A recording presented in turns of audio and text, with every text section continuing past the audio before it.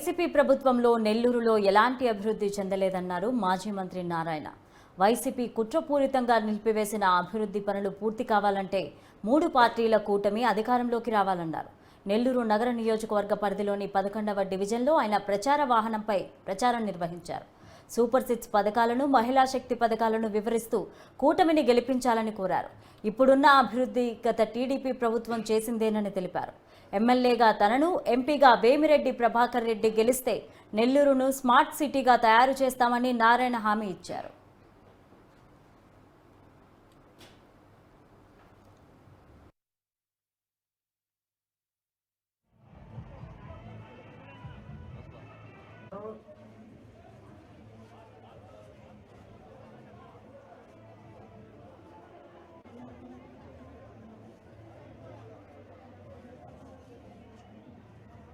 ఖచ్చితంగా ఈరోజు Telugu Desam party cycle గుర్తు మీద పోటీ చేస్తున్న నారాయణ సార్ మహిళాక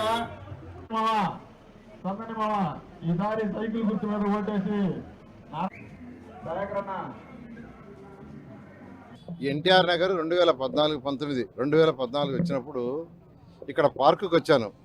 ఆ పార్కు భయంకరంగా ఉండింది. అక్కడంతా పశువులు కట్టేసి లోపలంతా పశువులు వాటిలతో ఉన్నాయి. ఈరోజు ఆ పార్కు బ్రహ్మాండంగా తయారైంది. అప్పుడే చేయించాను. పార్కులు కూడా అధికారులకు నేను ఇచ్చిన టైం 60 రోజులే.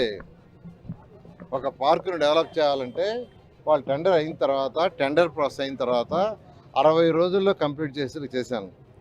అక్కడ పెద్ద చుట్టూ ప్రహరీ గోడ కట్టడం, గ్రిల్స్ చేయటం, లోపల గ్రీనరీ డెవలప్ చేయటం అన్నీ అయితే అనుకున్న టైం ప్రకారమే 60 రోజులు పూర్తి చేశాను. నిజంగా ఆ రోజు అధికారులు కూడా నేను అప్రిషియేట్ చేస్తున్నా.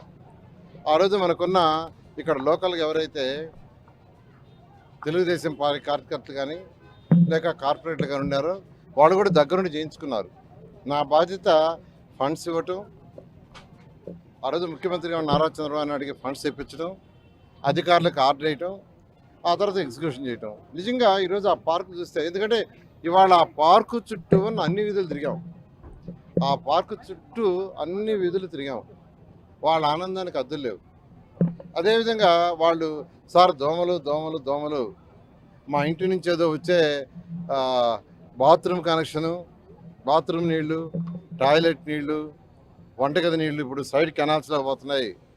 అది పోకుండా మీరు వేసిన అండర్ గ్రౌండ్ కనెక్షన్ ఇచ్చేయండి, ఇచ్చేస్తే మాకు దోమలు పెడిపోతున్నాయి.